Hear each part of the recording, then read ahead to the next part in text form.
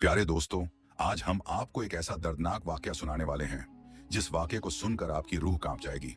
ये वाकया है उस जालिम बेहिस बाप का जिसने अपनी बेटी की इफ्तारी में जहर मिला दिया।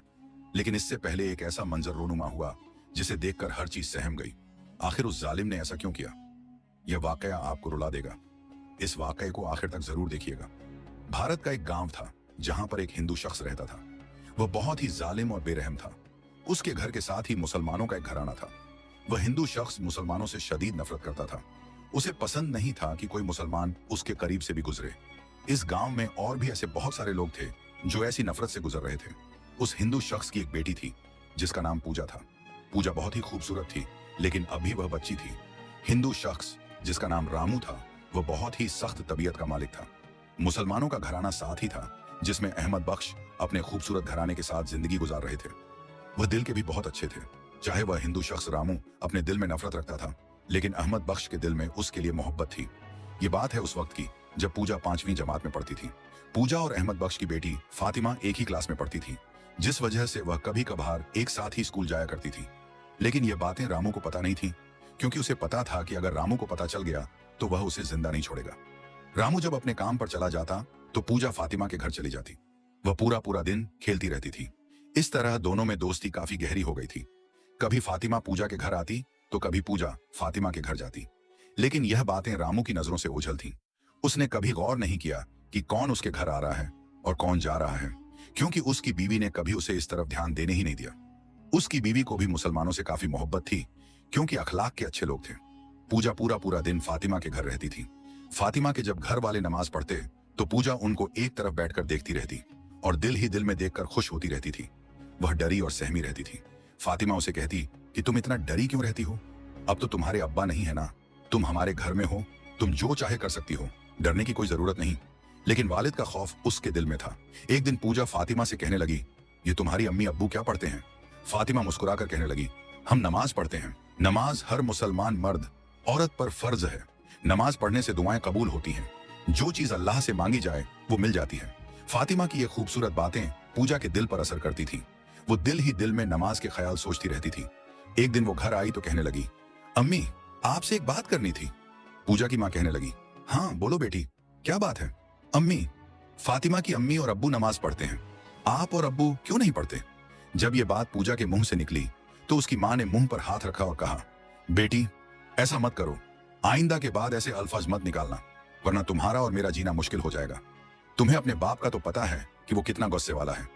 अगर उसको पता चल गया कि तुम उसके घर जाती हो तो वो हमें जिंदा नहीं छोड़ेगा, सबसे पहले मेरी ही गर्दन काटेगा। बेचारी पूजा और सहम गई। अब वो डरी डरी रहने लगी। वो फातिमा के घर भी नहीं जाती थी। एक दिन फातिमा खुद उसके घर आ गई। इस दौरान रामो भी घर में मौजूद था। रामो की बीवी ने जब देखा कि फातिमा घर आई है तो वो डर गई कि अब खैर ही हो। रामो ने जब देखा कि फातिमा एक मुसलमान लड़की है तो वो पहले से जानता तो था, लेकिन जब उसने उसे अपने घर आते देखा तो कहने लगा, ए लड़की, क्या काम है, मेरे घर क्यों आई हो? फातिमा जानती थी कि रामो सख्त तबीयत का है। अगर वो ये सारा सच बता देती तो पूजा और उसकी माँ की खैर नहीं थी। फातिमा कहने लगी, हमारा नमक खत्म हो गया है, हम आपसे नमक लेने आए हैं। इस तरह रामो नजरअंदाज करके घर से चला गया। पूजा की माँ आई और कहने लगी, बेटी फातिमा, मैं तो जानती हूँ कि तुम दोनों आपस में सहेलियां हो, लेकिन तुम्हें पता है कि पूजा के वालिद बहुत सख्त तबीयत के मालिक हैं। अगर उनको यह राज पता चल गया तो वो हमें जिंदा नहीं छोड़ेंगे, लिहाजा तुम हमारे घर मत आया करो। पूजा को मैं तुम्हारे घर भेज दिया करूंगी, क्योंकि यही मुमकिन है। फातिमा कहने लगी, मुझे इस बात का अंदाजा है आंटी, लेकिन आप फिक्र न करें। मैं तो परेशान हो गई थी कि पूजा मेरे घर क्यों नहीं आती। अरे बेटी, पूजा ने जब नमाज का जिक्र किया तो मेरा तो दिल कांप उठा कि अगर उसके वालिद ने सुन लिया तो क्या होगा। आप फिक्र न करें, मैं अब आपके घर नहीं आऊंगी। और पूजा, तुम ऐसी बातें घर में मत किया करो।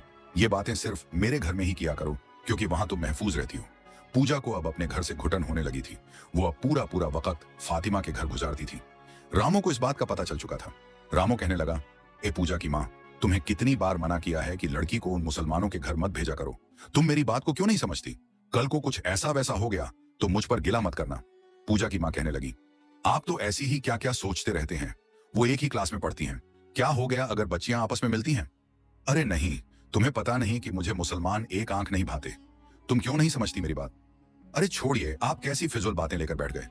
पूजा की माँ बड़ी मुश्किल से रामो को इन बातों से दूर करने की कोशिश करती थी, लेकिन शायद तकदीर को कुछ और ही मंजूर था। एक दिन पूजा फातिमा के घर गई। फातिमा और उसके माँ बाप नमाज पढ़ रहे थे। रमजान शरीफ का महीना था। नमाज पढ़ने के बाद उन्होंने इफ्तारी की। पूजा भी उनके पास बैठी थी, इसीलिए वो भी उनके साथ मिलकर इफ्तारी करने लगी। इफ्तारी करके फातिमा ने मगरिब की नमाज अदा की और पूजा से कहा, तुम भी मेरे साथ नमाज पढ़ो। पूजा पहले से यही सोच रही थी कि वो भी वही नमाज पढ़े जो फातिमा पढ़ती है। पूजा खुशी खुशी फातिमा के साथ वजू करती है और दोनों नमाज पढ़ने लगती हैं। लेकिन यह बात फातिमा के माँ बाप को नहीं पता थी। इसी तरह अब पूजा भी फातिमा के घर आने लगी और नमाज पढ़ने लगी। धीरे धीरे वो बड़ी भी हो रही थी और इस्लाम की तरफ उसकी मोहब्बत बढ़ती जा रही थी। जब फातिमा कुरान पढ़ रही होती तो पूजा कहती, मुझे भी कुरान पढ़ना है। धीरे धीरे फातिमा ने पूजा को भी कुरान मजीद पढ़ाना शुरू कर दिया। पूजा ने कुरान मजीद तर्जुमे के साथ पढ़ना शुरू किया और समझने की कोशिश की। अल्लाह ने उसके दिल में अपनी मोहब्बत डाल दी। वो इस्लाम की खूबसूरती को समझ चुकी थी। वो जान चुकी थी कि यह खूबसूरत और सच्चा दीन है। एक दिन पूजा कहने लगी, मुझे कोई डर नहीं, तुम मेरे घर आया करो। अब हम बड़ी हो चुकी हैं। मैं चाहती हूं कि हमारी दोस्ती हमेशा रहे, क्योंकि तुमने मेरी जिंदगी बदल दी है। तुमने मुझे उन वीरानियों से निकाला है जहां मैं गिरी हुई थी। मैं इस अंधेरे कुएं से निकलकर रोशनी की तरफ आ रही हूं। अल्लाह की मोहब्बत मुझे हासिल हो चुकी है। फातिमा कहने लगी, पूजा देखो, ये बात तुमने कभी अपने माँ बाप को नहीं बतानी। ये बात मेरे माँ बाप को भी नहीं पता, क्योंकि वो जानते हैं कि तुम्हारे माँ बाप बहुत सख्त हैं। यह एक राज रहेगा। पूजा मुस्कुराकर कहने लगी, तुम फिक्र मत करो, मैं किसी के आगे जिक्र नहीं करूंगी। फातिमा ने कहा, देखो, ये बात छुपने वाली तो है नहीं। तुम नमाज पढ़ोगी तो वो तो तुम्हें देख ही लेंगे। पूजा बोली, तुम फिक्र मत करो, मैं सब देख लूंगी। तुम्हें डरने की कोई जरूरत नहीं। बस तुम मेरे घर आया करो, क्योंकि मैं बोर होती रहती हूँ। यह बात अभी किसी को पता नहीं थी। जो वो मासूम दिल की मालिक लड़कियां कर रही थीं, उनकी अपनी अलग ही दुनिया थी। वो नहीं जानती थीं कि दुश्मन सांप की तरह उनके आसपास मंडरा रहे हैं। तूफान का आना। एक दिन फातिमा पूजा से मिलने आई तो घर में कोई नहीं था, क्योंकि रामू और उसकी बीवी बाजार गए हुए थे। फातिमा कहने लगी, वैसे भी जुहर का वक्त हो गया है, क्यों ना हम नमाज अदा कर लें। तुम्हारे अम्मी अब्बू घर में हैं भी नहीं। पूजा कहने लगी, हाँ, मैं भी यही सोच रही थी। फातिमा ने कहा, अच्छा जल्दी से जाओ और घर का दरवाजा बंद करके आओ। पूजा गई, लेकिन दरवाजा बंद करने के बजाय वो दरवाजे के पास खड़ी हो गई और कहने लगी, मैं दरवाजा क्यों बंद करूं? मुझे किसी का डर नहीं। अल्लाह देख रहा है, मुझे सिर्फ अल्लाह का डर है। वो वैसे ही वापस आ गई। फातिमा उस दौरान नमाज में मसरूफ हो गई और पूजा भी नमाज पढ़ने लगी। खुदा का करना ऐसा हुआ कि रामू और उसकी बीवी उसी दौरान घर आ गए। जब रामू ने अपनी आंखों से देखा कि फातिमा और पूजा दोनों नमाज पढ़ रही हैं, तो उसके अंदर आग लग गई। वो गुस्से से तिलमिला उठा और कहने लगा, अरे पूजा की माँ, देख रही है तू? इसीलिए तुझसे कहता था कि इस लड़की को इस मुसलमान लड़की से ना मिलने दे। आज तो इसने हद ही कर दी। वो उसे मारने ही वाला था कि पूजा की माँ